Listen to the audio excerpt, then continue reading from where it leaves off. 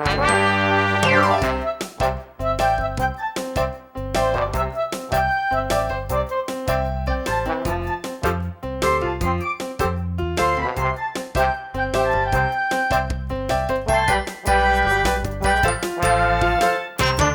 knows what a councilman is? Uh-oh. Go ahead. I forgot.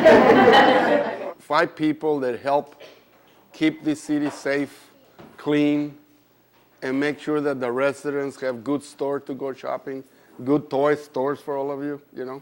So anyway, and the way we get to be councilmen is your mommies and daddies, they go vote for us throughout the city, and they get us elected. In our council that runs this city, there's 5. There's 1 mayor, 3 men, and we have a councilwoman, Jeannie Lambert here. 1. Say women, hey for women.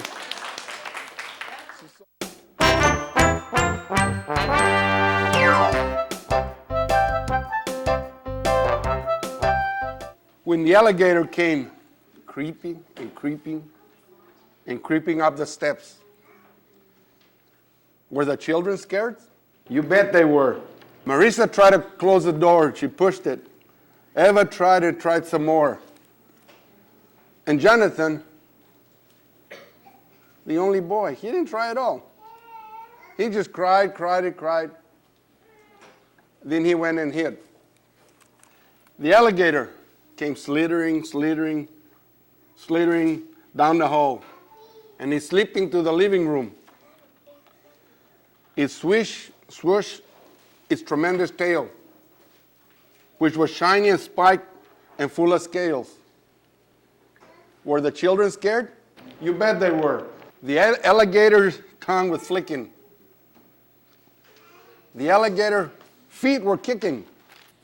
When the alligator's mouth opened up very, very, very wide, as if to invite the children to come inside. Were the children scared? You bet they were. The alligator eyes were flashing. The alligator teeth were gnashing as tables and chairs and the piano went crashing. And after the sofa and curtains were ripped, the alligator licked its lip. Were the children scared?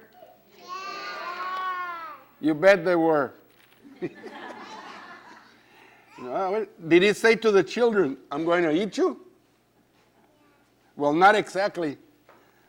But he came closer and closer and closer until, there it is. Finally, the children decided they had enough. All of this scary alligator stuff. They plucked up their courage and gave a great shout. Alligator, get out! And was the alligator scared? You bet it was. Look at it. He didn't like being yelled at. So the alligator went up the steps, thump, thump, bump, thump. And the alligator went stumbling, tumbling, grumbling, swoosh. All the way down the steps. All the way home. He went snip, snap, snip, snap. All the way home. And that's the end.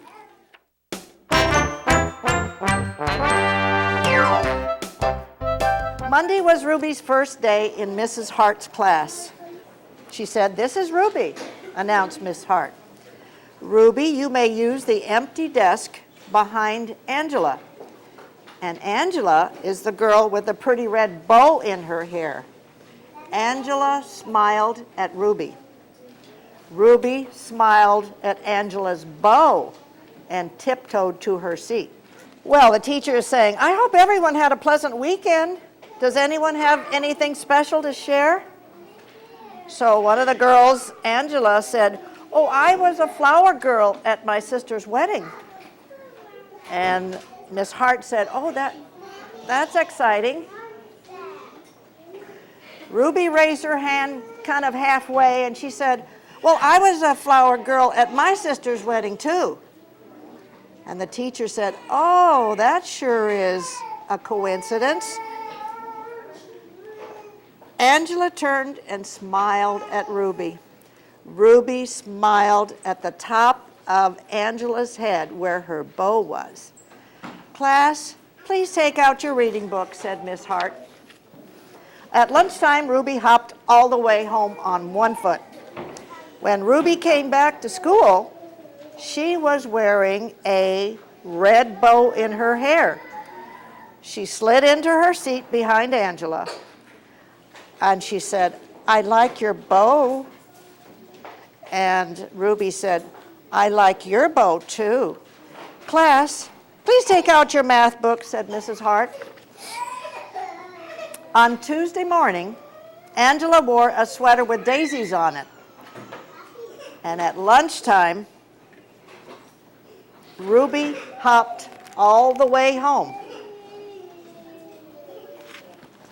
But when she came back from lunch, she was wearing a sweater with daisies on it.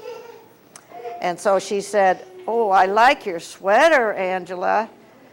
And Ruby says, "I like your sweater also." On Wednesday, Angela wore a hand-painted t-shirt with matching sneakers. After lunch, Ruby hopped back to school wearing a hand-painted t-shirt. "Why are you sitting like that?" whispered Angela. And Ruby answered, "My shirt has wet paint." On Thursday morning, during sharing time, Angela modeled the flower girl dress she wore at her sister's wedding. Ruby modeled her flower girl dress too, right after lunch. By coincidence, on Friday morning, both girls wore red and lavender striped dresses.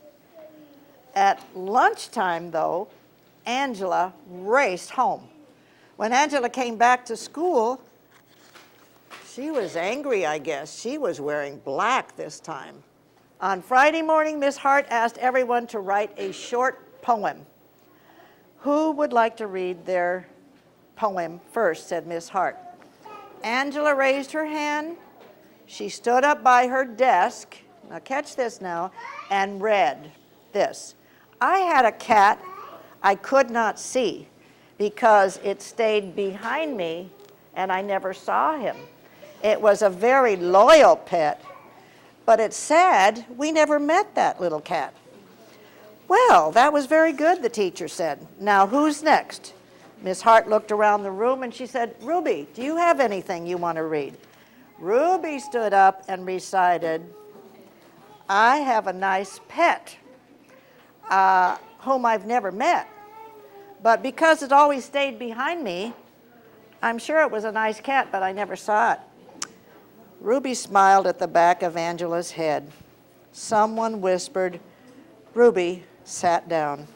"What a coincidence that was again," Mrs. Hart said. Angela scribbled something on a piece of paper. She passed it to Ruby, and the note said, "You copied me. I'm telling Mrs. Hart on you, and I hate your hair that way." Ruby buried her chin in her collar on her blouse. Big tears rolled down her face, and she plopped down onto the note. When the bell rang, Miss Hart sent everyone home except Ruby.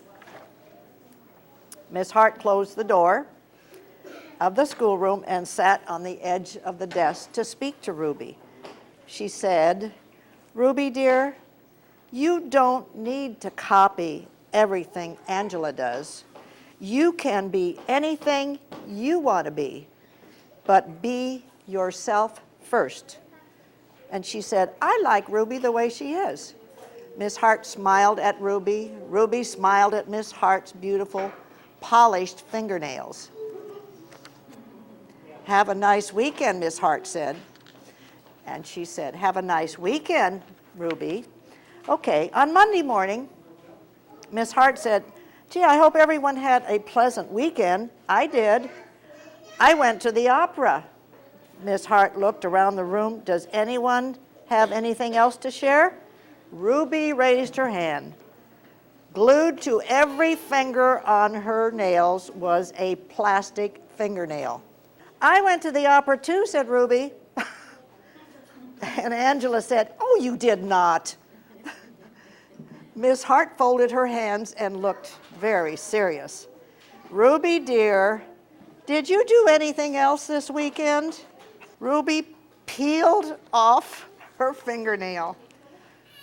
She turned around and she said, well, she said, I hopped. And the class just broke out laughing. Ruby's ears just turned beet red. She said, honest, I did. I hopped around the picnic table 10 times. Ruby looked around the room and she said, watch, watch. And look at what she's doing. She's showing the class how she can hop around on one foot, and she went around the table, hopped forward and backwards. She hopped sideways, even with both eyes shut. The class just cheered for her, and they clapped their hands to the beat of Ruby's feet. Ruby was the best hopper they had ever seen. Miss Hart turned on the tape player and said, follow the leader, do the Ruby hop. So Ruby led the class around the room while everyone copied her. And at noon, Ruby and Angela hopped home together.